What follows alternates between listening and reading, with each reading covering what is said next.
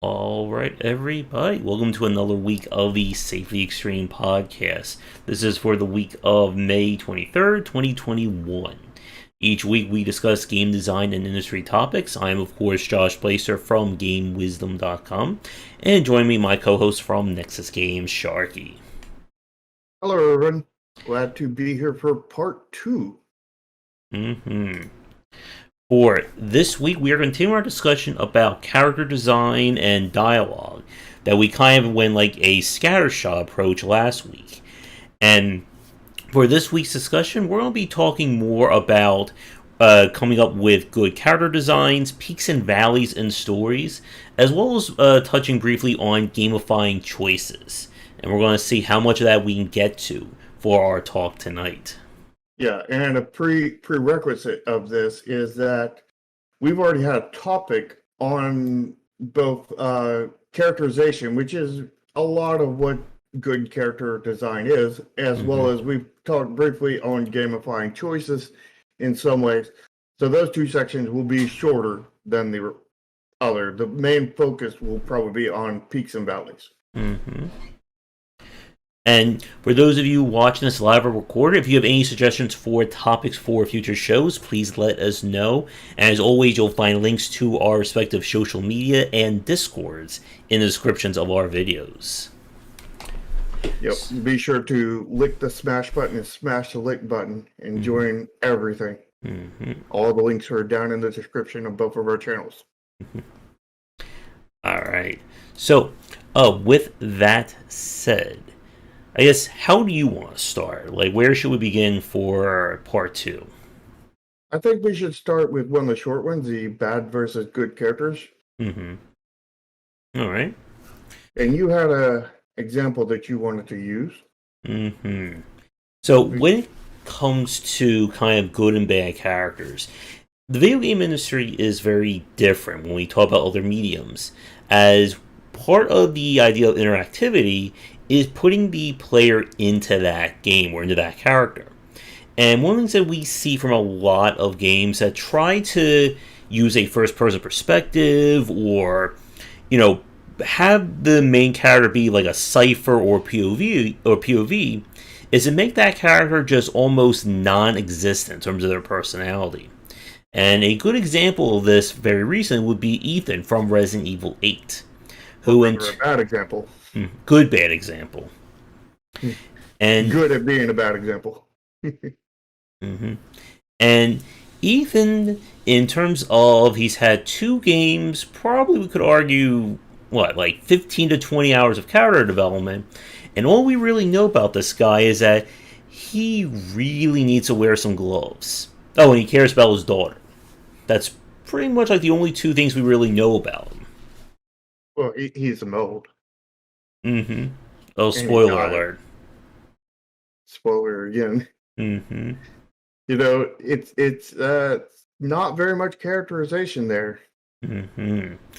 And it's a trap I think a lot of developers run into when it comes to the first person perspective for their games. That first person is often treated as, it's the player who's actually in the game. But that doesn't necessarily work if you're trying to define, the main character as having a personality. Like, it's the difference between, whoever the main character was in Bioshock 1 versus, I forget his name, who was the protagonist in Bioshock Infinite. Well, I think a way to put this is like, we know Mario games do not have pretty much any story in them. They technically have story in them. But a lot of these first-person games often give you less characterization than Mario has. Which is kind of less than zero in a lot of ways. It's technically not, but it kind of is. Because I would say that there's basically no characterization in Mario. I would say it's, so small that it's kind of a negative in point of aspect. And when you're less than negative, you're double negative. And there's like two caveats to that. One, if we're talking about a game that is entirely kind of player generated, character driven, and it's up to the player to kind of fill in all the cracks of the character's personality, then you can have a character who is just going to respond to like how the player inputs it. But if we're talking again about a game where you are playing as somebody else, you are playing as an established character in this world, then that character needs to have, some kind of drive based on that story. Yeah. It's a thing where you take a story and you just input, I don't know, like, have you ever played those RPGs where they give you, like your normal characters kind of thing, and then they give you one custom character that has Mm-hmm. no nothing, but they're always insinuated to be like, yeah, you're the guy kind of thing. Mm-hmm. You're the person. Well, that We see that in describes. that Dark Souls RPG thing. We see that in the Dragon Age games. We see that in a lot of games, and it feels really, really off. Yeah, I mean, a lot of BioWare has been that very model where you're the chosen one, you are going to save the world, and you need to be the best there ever was, and yet you have like no real agency. That Code Vein game that I played, I think last Yeah, year. that's the one I was referring to, the Dark Souls RPG. Yeah, like that one, like everyone's like emoting and they're full of emotions, and your main character's just standing there going, what? Yeah. It's like, you're all right with all this, right? Yep. Mm-hmm. And you brought up Dark Souls, and as we said before, Dark Souls would be an example of a game that has really good lore to it, but really bad story. And part of that is that there There is really, no story. yeah, there's no real character drive. And again, that's not so much a knock against Dark Souls. That's their style. They build for that. But Yeah, they're building on lore, not story. Mhm. But if you're trying to build a game where characters are mattering, where you're trying to write good dialogue, the characters need to have both agency as well as personality. You can't just have a quip heavy character and make that their entire a reason for existence. Oh, you could. You could make it a very quick character and make them say the lines over and over and over again. That Mm-hmm. would never get grating on anybody and would never get annoying at any You point. mean like when a Like, gun just says no ammo every time you try and use it? yeah. No ammo, no ammo, no ammo, no ammo, no Or ammo, about no that ammo. game Haku? Did you Yeah, forget? Haku, Yeah, that Haku. that wasn't like causing ears to bleed after what, like 40 seconds? No, it was not. There was no ear bleeding at all in any of Mm-hmm. that. Yeah, and kind of build off what Gordo was saying about lore versus story. This is another really interesting point about character design and good dialogue. That character design is about the story. You can have, when we mentioned this last week, that you can write like a 10-page, lore dump about a character, but if none of that is either reference or influences how that character behaves in the game, it's worthless. It doesn't bring good characterization out. Yeah. And we see this in stuff like Overwatch kind of thing, Mm-hmm. where there is no story in the game. Basically, there's basically nothing in the There's game. tons of lore, of course, and videos and character intros and stuff like that.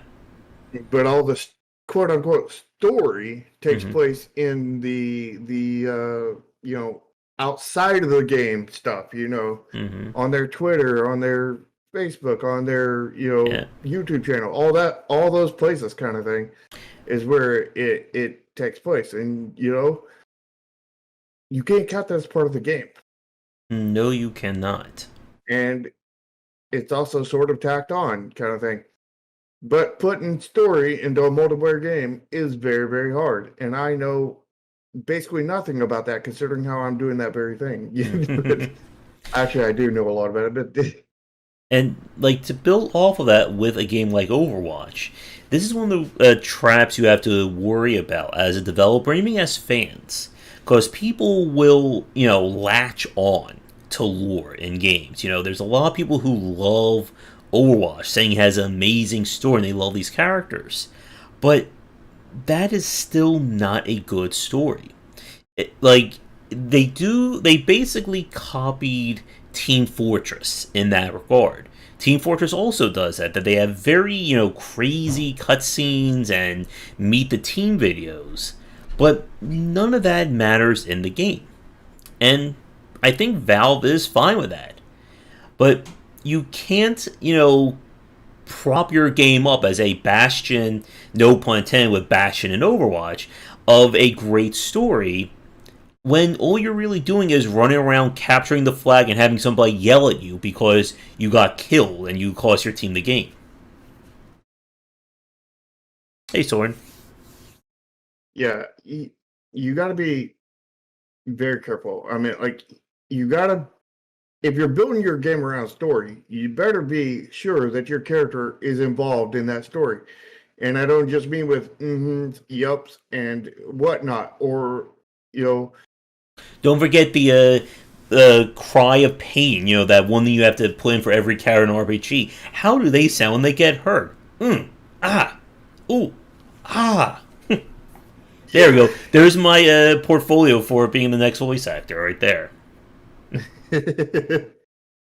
hire him now. Mm-hmm. I'll be the perfect dead body number 4 for your game. Dead body number 4. I thought you'd be the perfect dead body number 5, the one in the 5th dimension. It was a time gameplay, yep, and that is what I just said, that is the crutch of everything that we are talking about over part 1 and today's part 2. That when you're trying to build a story, it has to be integrated into the gameplay in some way, shape, or form. And it has to fit. Yep, and when it doesn't fit, people will joke about ludonarrative dissonance, but oftentimes, without getting, fancy with that term, it's just bad story and bad characterization.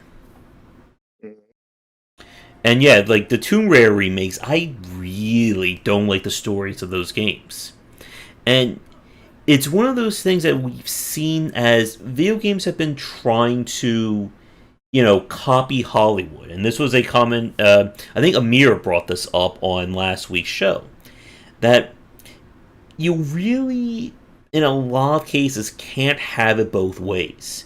You can't tell me this is a super serious character drama-filled storyline, and then have my character doing backflips and shooting people in slow-mo while, heavy metal is being played. I mean, we could, but you'd have to do it in a good way. It's it leads to what I think we've kind of called like the psychopath trope for video games. That our characters all emotional and heartfelt and sorrow during cutscenes, and then they just go run around backstabbing people when you actually play them. The Nathan Drake example. That does not work ever. Which is one of those things that you get into with a game where you can steal everything, and the kitchen sink too. In some cases, you can steal the house too. You can kill the person and take over their home. Yeah, you can just kill the people, steal the house, and then it's like, oh, isn't he a good person? He helped that old lady right before he killed her and her entire family. But don't worry, if you just donate 20,000 gold to the nearby orphanage, it completely refills your good points after that. I mean, that does make sense. But because people get bought off all the time. Although it's not going to buy off everybody. That's just going to buy off the media and that kind of thing, rather than And the media will buy off, through manipulation tactics, will buy off a lot of the people who don't think very hard. But the people who are good in thinking, kind of thing, and can obviously see that they're promoting fake news, will not buy into it. So you'll get this mixed bag kind of thing. But that kind of thing would make a good dynamic for a game right there. But you would have to do it right, and the And way they're doing it is obviously not right. mm-hmm. Yeah, and again, it takes a lot to create a really great character and really great design along these lines. As I said at the start, with someone like Ethan Winters, and the reason I say Ethan Winters is that that's how everyone talks to Ethan in the entire game, I think, other than Chris. And the problem is that when a character is not developed, even in first person, it's very hard to get involved with that story.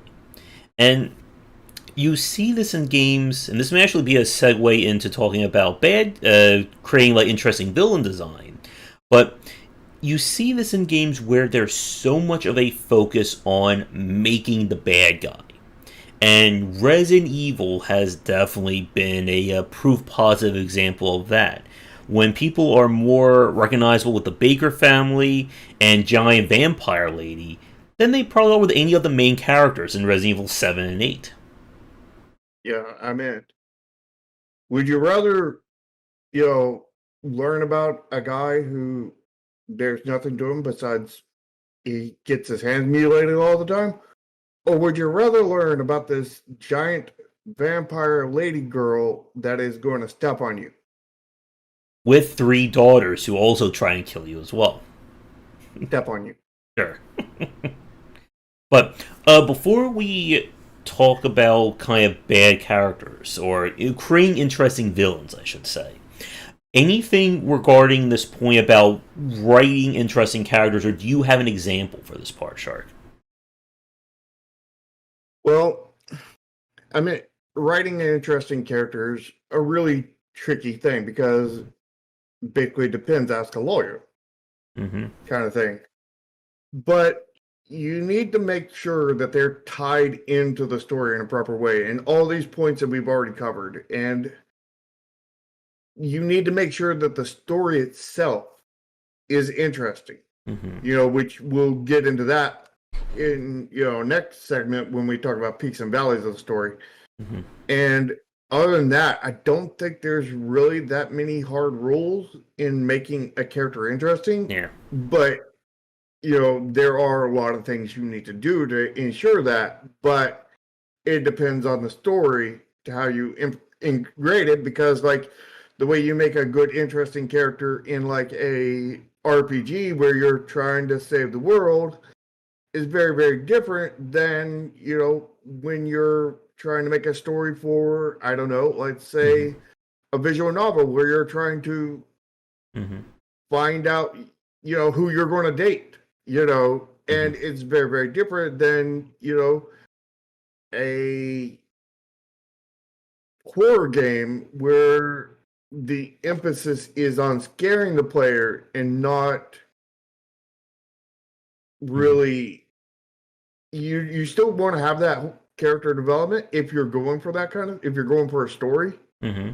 But you need to do it in such a way that it's not degrading the horror by just here's an expedition, here's a info dump right here of a whole bunch of information, or there's a whole lot of it depends kind of thing. But if you get the key, the one key is once you have the good story and everything, make sure the character fits in there. They have a good role into the story, and it's not just meaningless. Yeah, and it's again, this is where the whole video game side can really, get in the way or counterbalance this. That you can have, like, we've seen games that they'll introduce a character who is just essentially game mechanic the character. So someone like the Merchant from Resident Evil 4, who they have no personality. All they're there is to just, say, what are you buying? And his whole character is basically he's a shop, and that's about it. And they try to expand on that with, the Duke in RE8, who not only is he, shop the character, he's also exposition the character. And cook, too. Yeah, I mean, I think they could go a whole another level on that. To where, the merchant character is actually a part of the story. You could have a character that was a merchant character who came out and, he's running for his life and he just escaped some, werewolves or whatever it is, enemies. And then that's when you encounter him and he's like, yeah, I just had a really, brush with close death right there, but I have a limited inventory right now because of that encounter, kind of thing. But the stuff I got, I kept the cream of the crop. And there's all kinds of things they could do. They could do where the merchant is only in safe areas because he's the one keeping that area safe. Yeah. And like maybe when you're coming in kind of thing and he sees enemies coming in, instead of them just vanishing the second you walk through the door kind of thing, have him go out there with a shotgun or whatever and just, shoot and cover your cover fire for you and have it where you make into the safety.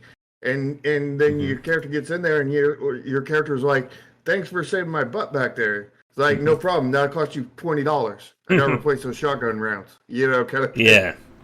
And again, like, the more you can bring the character in, bring not only the mechanics, but the character's personality in the story, will often make for a far richer story because of it. Like, if you just have a character, just standing, just like in a stock post somewhere in the middle of a field saying, I'm selling shotguns, anyone want a shotgun in this big deserted field? People are going to be like, okay, I guess this guy is just like a living vending machine, and that's about it. And that really, really takes you out of the experience.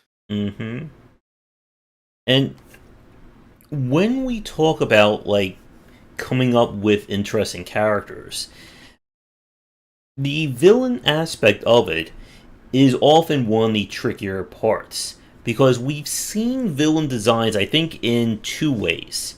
There is the generic, the villain maybe shows up in a 10-hour game for maybe 2 minutes in the entire game.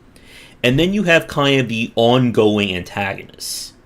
And, there are examples of this, everything from Pyramid Head in Silent Hill, the Baker family in RE7, the example on my thumbnail of Majima from the Yakuza games. And I think good villain design, you have to have that character be more than just a boss fight in the game. Yeah, I think it goes. You can go kind of in between that too. To where it's not their only appearance, but it's also they're not repeating so many times it's monotonous. Like another RE villain we know of called I'm blanking on his name now. Mr. X or Nemesis? No, the big one in every RE. The blonde-headed guy. Oh, Wesker. Wesker, yeah, Wesker. Because Wesker has made so many appearances, and when he hasn't made an appearance after he actually died for real, he Another still spoiler. has an appearance in text. Through the people, Wesker's sister, Wesker's brother, Wesker's mentor, Wesker's, uncle, Wesker's twice cousin removed, all these other people. One of those is actually true. I'll let people try and figure out what that is. I think more than one of those are true. I think 2 or 3 of those are true. And I'll go to, that's another really good example. Someone like Handsome Jack from Borderlands. And there's a reason why we remember really interesting villains. That they're more than just, haha, I'm here to kill you. Oh no, you defeated me. How could you have done that? And then they disappear. Mhm. Yeah, and like I really did like again like Handsome Jack was definitely one of the more standout villains because of how much of that personality bleeds into what he does. And yet, of course, voice acting and the dialogue.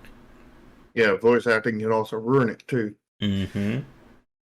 One point I want to go back to on the shopkeeper, because I think Final Fantasy X did something really interesting with this, Mm-hmm. because they have the normal shopkeepers that are just at the city kind of thing, that are, static, and you can go to them, buy stuff, and leave. They are just a vending machine, but it makes sense because they're in a literal brick and mortar shop Mm-hmm. kind of thing.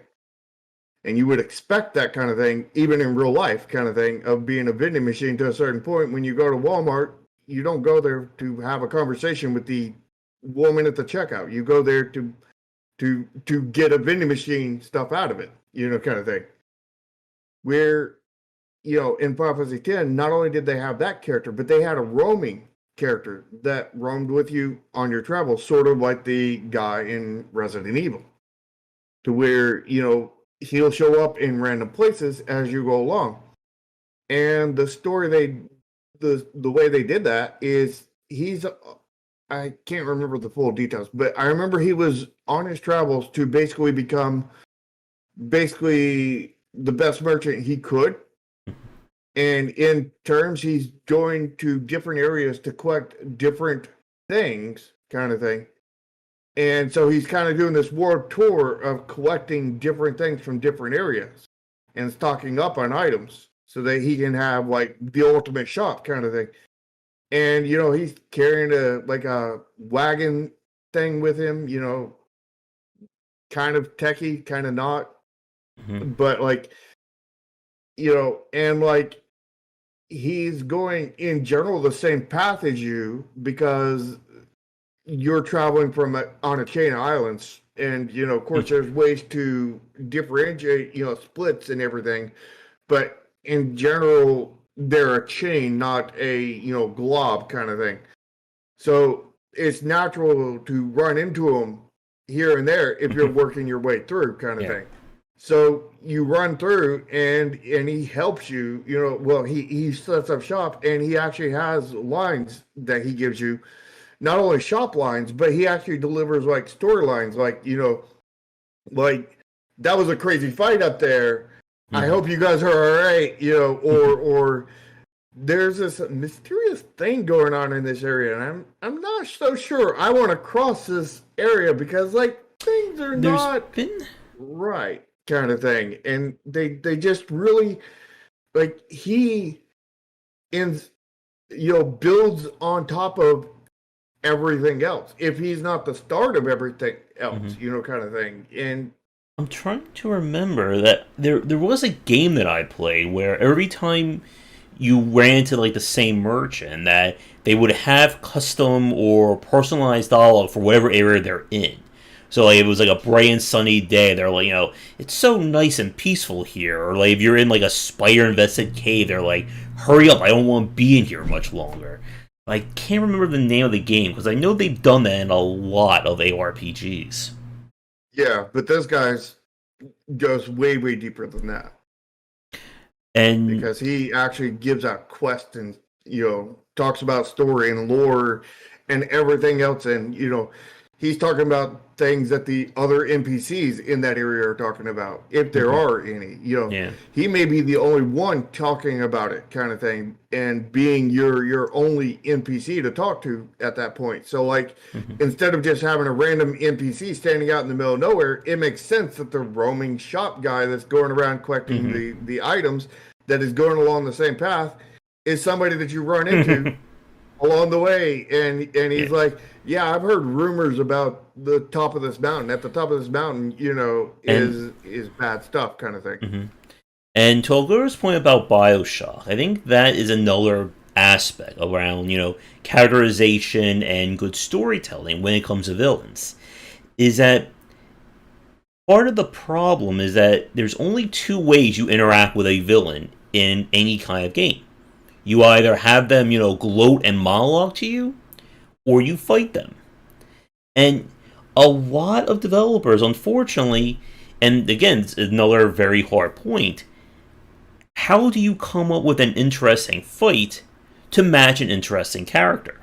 And Resident Evil has been very guilty of this. And a common criticism of their games is you have an interesting, well-written character, they turn to a giant boss or a giant monster for the fight. And again, spoiler alert, but that's what happens to Giant Vampire Lady, who, after everyone wanted them to step on them, she turns into a giant bloodborne dragon that you have to fight, who doesn't really want to step on you at that point. Because we all know that, vampires are dragons. Well, in Dark Souls, everything's a dragon. Everything will turn into a dragon at some point to fight you. And one of the things I thought was really great about Yakuza games with Majima is that Majima is never treated as the primary antagonist. He's always like an agent of chaos, and he's just basically there to mess with Kiryu. And then, of course, Ichiban in Yakuza 7. And they do a lot to flesh out his character about, who he really is versus, who he pretends to be. And it's like that level of just an interesting character that turned him into a fan favorite. That people want to know why this guy is running around saying, Kiryu-chan, and then just like popping up in random places wanting to fight him.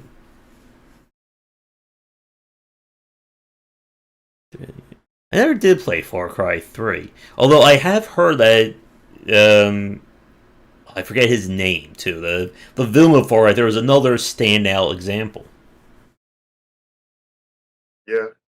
I think we're going to actually have to move peaks and valleys of the story to the next podcast. And just skip straight to Gamifying Choices, because we're already going quite long on this one. Well, then let's move on. We'll talk briefly about peaks and valleys then, because again, lot of this. What? Peaks and valleys is going to be a long one. We don't have time for it. We need to skip it and make that a part 3. But I don't want to do part 3 next week. I don't like to stay on a topic for more than 2 shows, because then we're just going to get into a rut, and then we get into rants about shopkeepers, as El Gordo said. So then let's talk. We've been going for about like 30-40 minutes. So we'll talk then about gamifying choices, and then we'll pick up. You want to pick with peaks and valleys, and next time we do storytelling, we'll put that on kind of as a back burner topic. That'll be a topic we do down the road. So gamifying choices then, and this does fit with dialogue and conversations, and one of the problems that we have with gamifying choices, something that the Shark said earlier, that we've talked about this in some capacity in the past.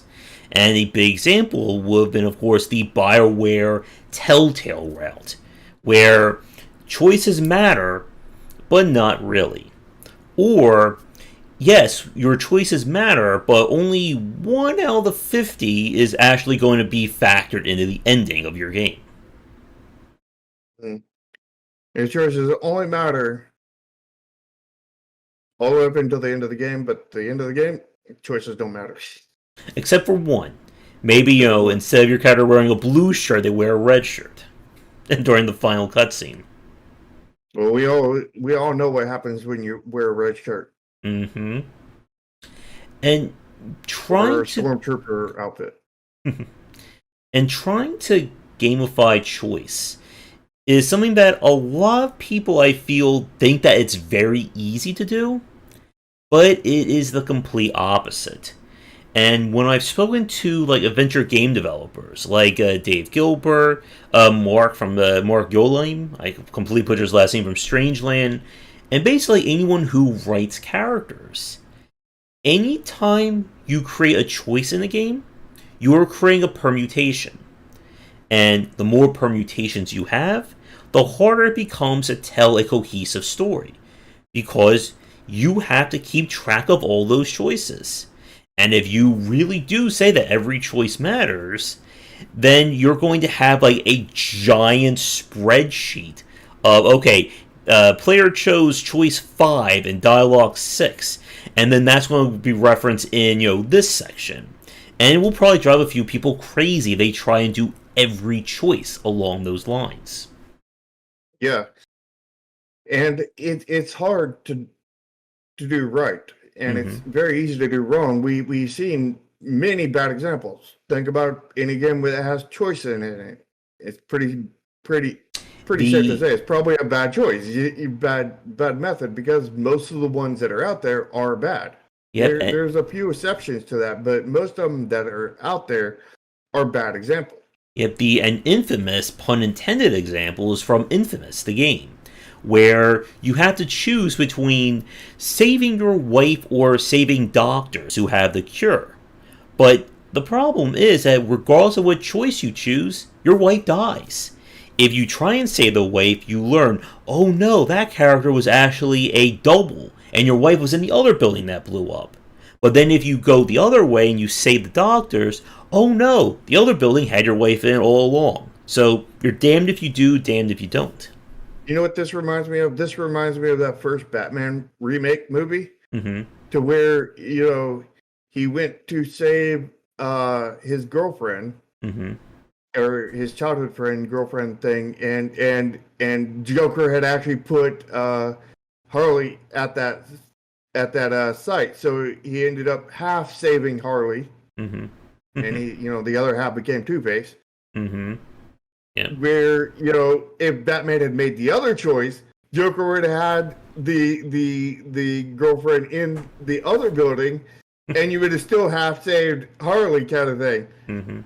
And it's one of those damned if you do, damned if you don't, fake choices kind of thing. That's what it reminds me of right there. And no matter what, the same thing happens in the story. Batman was outwitted, and you picked the wrong building. Yeah. And the problem, again, is from a narrative and a design standpoint, you need to have anchors in your story. If your plot is 100% malleable, it's going to become damn near impossible to make a story that you can actually write and focus on when every little thing is going to change that story. But you still need to have these very hard moments. And how you define your game around them is effectively going to define your story. At the same time, a good way to do it, a quote-unquote good way, this is a suicidal way, but for the writer, but it's a good way for the player. And that would be, you make choice A, you go to branch A, and then it's a completely different story from there forward, kind of thing. So at that point, you have to write, to get, I don't know, like 20 different choices in there that each branch off of each other. You probably have to write, I don't know, about 100 different stories, 200 different stories, and that's suicide for a writer, kind of thing. But it would be a great game, kind of thing. And so the good way to do such a thing that is not suicide to your players, I mean, there's more than one technique, but you have to use techniques along these lines to be able to do it. And one example of one of those is where you have a choice here. You encounter, villager A, and villager A tells you that he would like help, aka quest. You can either, it may be a simple quest, maybe just bring him an item that you already have, or it may be something more complicated, kind of thing. Go and clear out those den of monsters or whatever. And you either choose to accept that quest and run that quest, or you don't, and you don't. And when you make that choice, you go forward, and then the paths converge, kind of thing. And everything continues as if your choice did not matter at that point.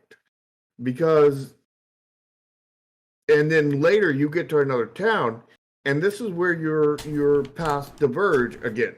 But your choice is already made from what you did last time. When you encounter villager B, he doesn't ask you a question. You've already given the answer to that question, whether you helped that old guy or not, whether you did that quest or not.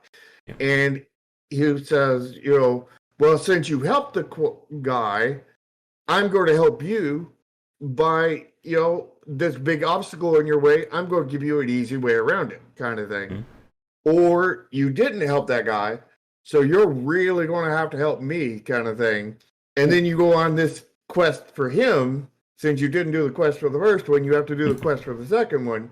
And now you come back, and then you complete that, and then he helps you, and you continue on the path converge again. You go forward. So the only part you have to write different is the two encounters with Villager A and Villager B. And your choice really mattered, but you're not writing two separate stories branching off. I mean, there is a branch, but it's branching out and then branching back in, and then branching out, branching back in. Yeah, and that is often like what we see better, like in terms of this kind of malleability. That if we think about the story and the dialogue as micro versus macro, macro being your grand adventure, how the entire game is going to play out, versus the micro layer, which is at like individual characters, maybe what's going on in a village. You can have a lot of variance and permutation at the micro layer. You can have that micro layer affects can affect the big layer, because here's the thing: is that one quest at the beginning for Villager A, it was just getting him a loaf of bread from the store. Where the quest where the thing with Villager B, the reason why you're going to see Villager B is because he has a key. He knows how to get the key to the fortress that is unpenetrable. So, you could always make a thing to where he doesn't even give you the choice to do that quest. He's just not going to give you the key. So now you can't go into the back way into invading the fortress. So now you're going to have to charge head on into a bad situation, kind of thing. And I hope you're leveled up enough for it. Yeah. If not, expect a grind to level up to get to that point to where you can actually charge head into that. Yep. And so it can affect the big very much. And I'll go over two really good examples with Dishonored and Prey. And yeah, both games, again, you have the macro tail. You have your macro goal, which like in Dishonored was, get to your target and kill or, permanently wound this person. That's your goal. That's your anchor to how you want to do that. But everything surrounding that is malleable based on the micro events of each level. And then how you end that level will then influence the macro events of the story itself. Because the more you kill, the more dangerous the world becomes, which in turn will affect your ending. And even how you deal with each character and what powers you use are also done that way. And Arcane, they have, their background, being from like formal Looking Glass, so they did like the Thief games as well. They are definitely masters in terms of this kind of macro and micro and macro choices. Yeah. And then you can do a choice system based off stats. And that can be an interesting one too. And you see a lot of that, the big example, the more recent example would be Disco Elysium, to where different stats that you have based off of different paths you pick to upgrade stats, not only may, force you down a certain direction, but it also may, because you don't have the stat to go through this door A, so you have to go through door C, because that's the only one you have points to go through. But you could also do it in the way of, you're talking to character D, and he has options 1 through 20, but because your stats are not high enough for choice 1 through 10, 12, 13, 18, and 19, you only have those limited other choices left to choose from, which can affect your stats or any number of other things, kind of thing. And Go ahead. I was going to say, like, an older example of this would be like Vampire the Masquerade Bloodlines, that did something very similar. That based on how your character's stats were and what perks you chose, would give them unique dialogue options when the event arise. Like everyone remembers, I think one of the more famous examples was the Macalavania or the Crazy Vampire Clan, who like every one of his dialogue options was like, here's a normal one, here's another normal one, and here's him like saying monkeys are going to be coming after us with UFO chainsaws, and that was what he could talk to somebody about.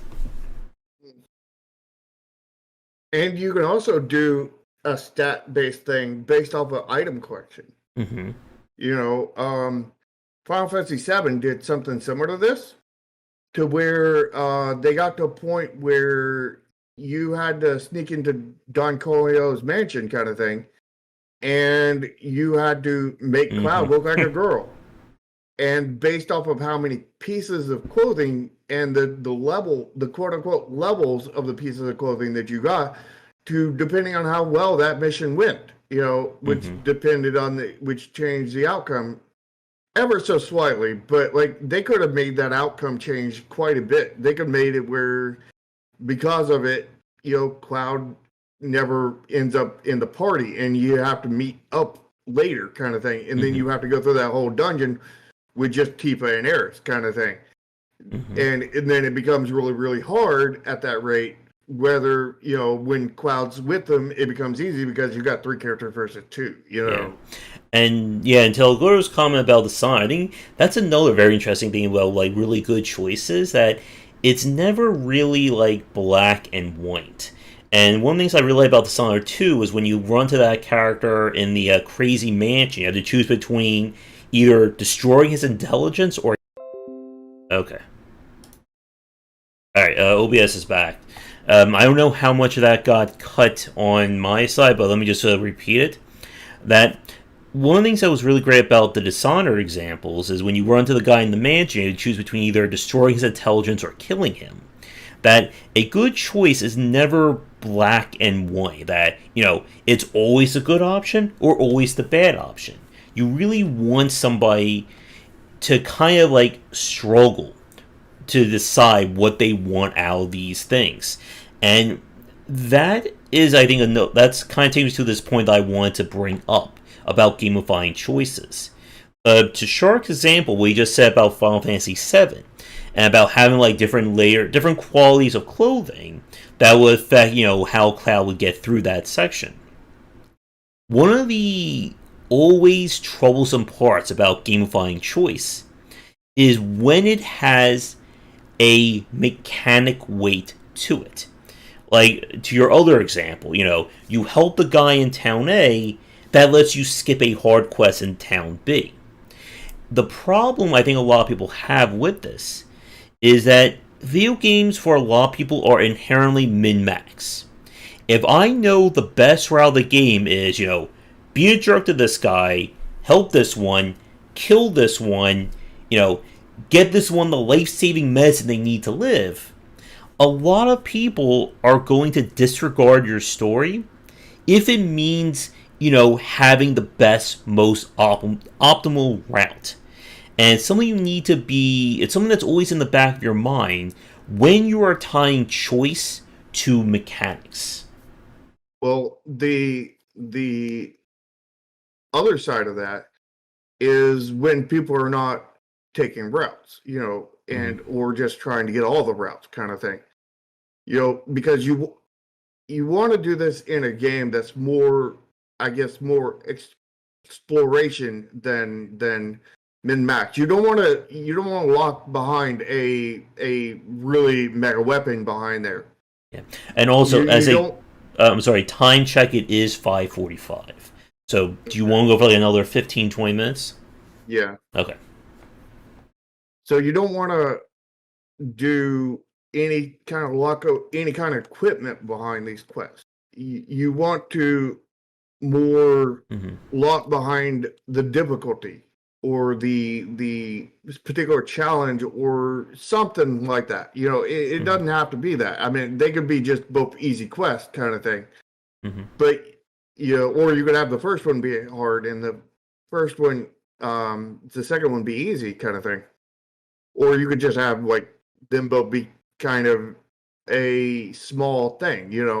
If I trade, this item that early game is decent, like a decent healing potion. Not great for early game, definitely horrible in the long standing.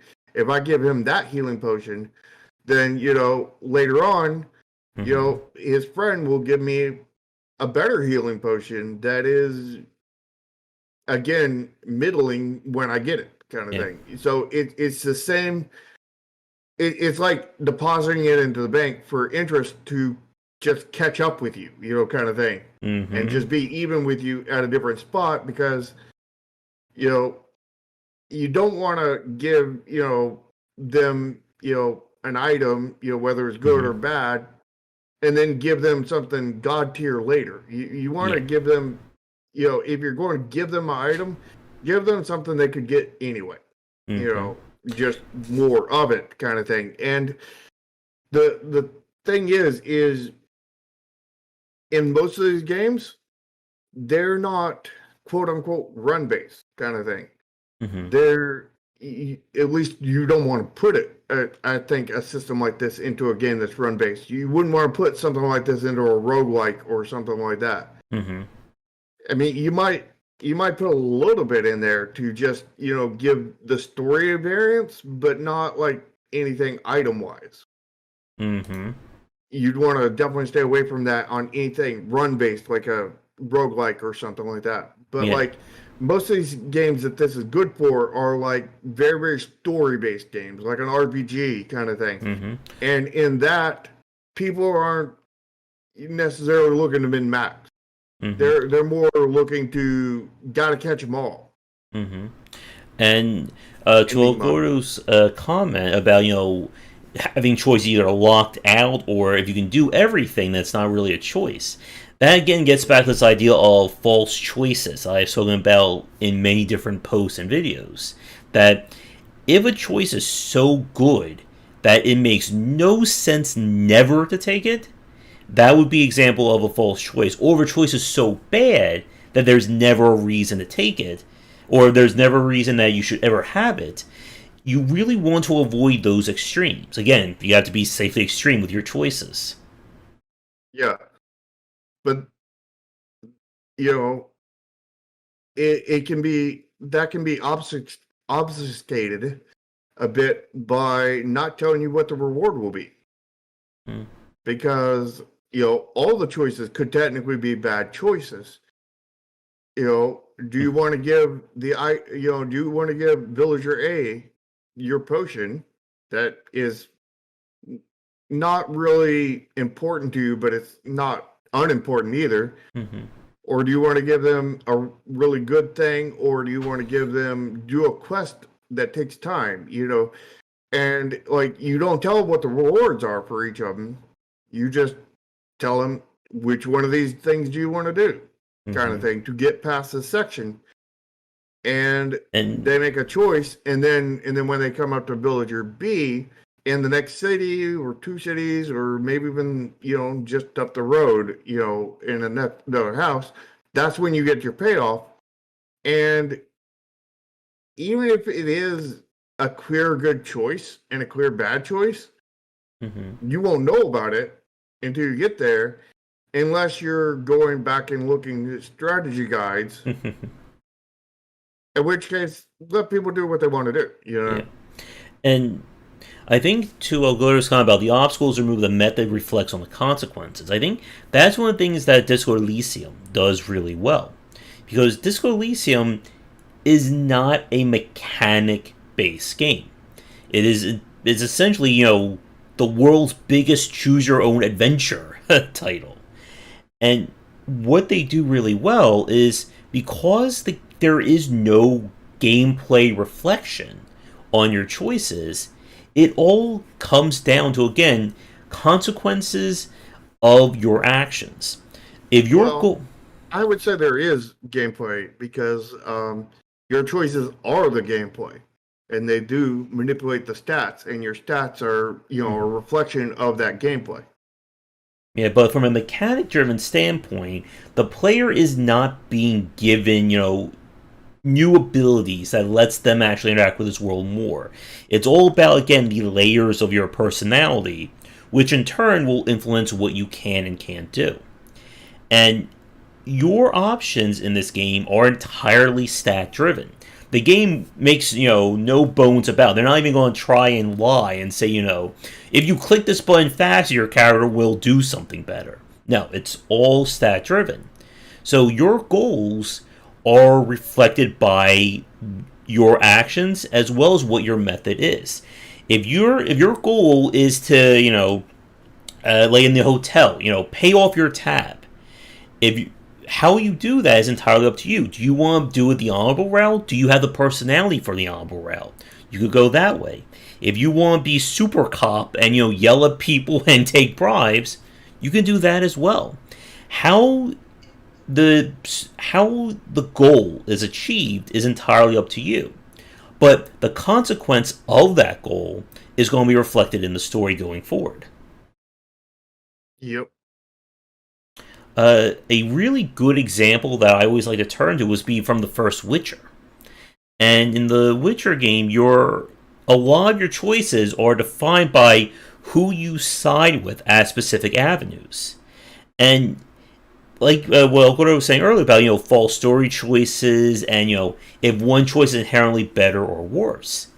In the Witcher game, what they did was they tried to avoid having a really good ending to one of your choices. As in, if you choose A, it's going to make things, happy and sunshine. You save the village, everything's wonderful and good.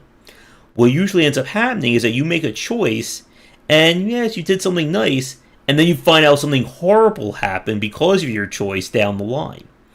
And they really hammer home this point that no matter what Geralt does, the world is still going to be a bad place. People are going to die, horrible things are going to happen. There is no story tell happy ending in the Witcher games. And there's many different ways to do this, but in the end, what's important is that choices matter, that things are not cut and dry, and you don't overwork yourself as a writer or somebody you hire as a writer. And you want to avoid giving definitive outcomes to your choices, as in one is always inherently good, one is always inherently bad. That goes Unless back. it's unclear to the player. Yeah, but that was the issue BioWare ran into, that all their choices were so black and white. You do this, they'll tell you get plus 20 angel points. You do this, you get plus 20 devil points. Yeah. Because if you that's remember, less of a choice, and that's more of I'm building an angel build or I'm building a devil build, and it's just going to be this choice every time. And that was what the 2000s were like for storytelling, when everyone got on the morality slider train that happened after Knights of the Old Republic. Yeah, that's less of a morality slider and more of a stat slider. Just they might as well not even give you a choice and just give you plus 10 or minus 10 kind of thing to the slider. It's like, which way do you want to go? And then just let everybody pick the plus 10s or the minus 10s or, a little bit of both, I'm waiting to see how people are going to respond with Disco Elysium in terms of how they're going to copy that one. I mean, games like that have already existed for a long time. Even games more in depth than that have already existed. But they have never existed with that level of aesthetics. Or really that, we could probably argue that level of granularity in terms of his choices. But just that. Say that. There's some definitely granularity out there. But most of those games you find, not as commercial hits. Yep. A lot of them you find on Twine. If anybody's looking for a story-based game to take inspiration from, look at Twine as well as Disco Elysium. Twine has many, many games made for it. Although there's many games I would not recommend in there too, but Mm-hmm. that's another story entirely and a very DMod story. So we're not going to get into that, but there are some good story games on there. Mm-hmm. But I'm trying to think if there's anything else we want to talk about in terms of gamifying choices. Anything else that comes to your mind regarding this topic? Not off the top of my head.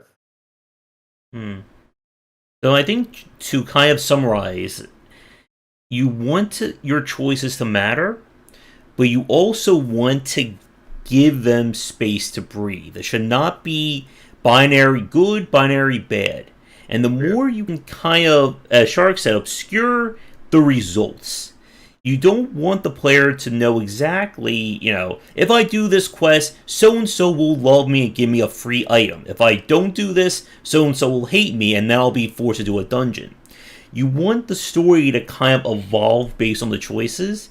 And as we said, I think a lot of that starts at the micro layer of your story. Have those micro choices influence the macro and vice versa.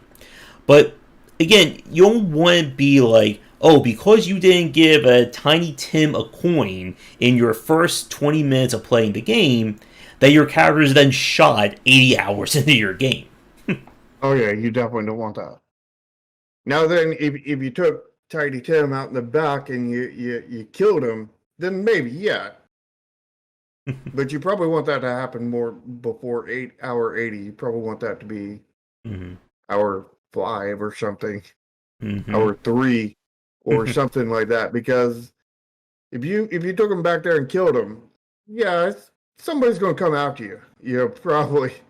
And they're not going to want to wait 80 hours to get to you. 80 hours game time, which could be 3 years kind of thing. Maybe if you kill them, maybe it becomes the, kind of the nemesis system of one of those, whatchamacallit? The Lord of the Rings games. That character keeps on coming after you. And, he becomes the villain. He becomes sort of the main villain of your story because you killed Tiny Tim at the beginning. We need a video game to do the Inigo Montoya route from The Princess Bride at some point. I'm not familiar with that one. I think anyone who, you've killed my father, prepare to die. That kind of thing. And he just keeps coming back. Yeah. So, for those of you watching, we've named some pretty notable examples. The Dishonored games, Vampire the Masquerade, Bioshock, Disco Elysium, The Witcher. Are there any other examples of games that have stand out either, character development or, choices or even just really solid villain characterization? Let us know in the comments. Yep. So everybody be sure to lick the smash button, smash the like button. Check out both of our channels, check out both of our Discords. Check out all the links down in the description because there's lots of good stuff down there. And we will be back next Sunday, starting around 4:30 ET for next week's The Safely Extreme show. And again, if you have any topics you'd like to suggest, let us know in the comments or on our Discords. Yes, anything else you want to add? I guess streaming-wise, again, I stream nightly starting around 9:30, and we have our developer interviews. Yeah, we have dev streams on my channel as well as other good content. We also have edited versions of the podcast we do here that I have tried to edit quite heavily and make them a lot more short and consumable. All right. But with that said, we're going to wrap things up for this week. Come back for daily discussions on game design here and on game wisdom, where some of the art and science of games. Until next time, take care.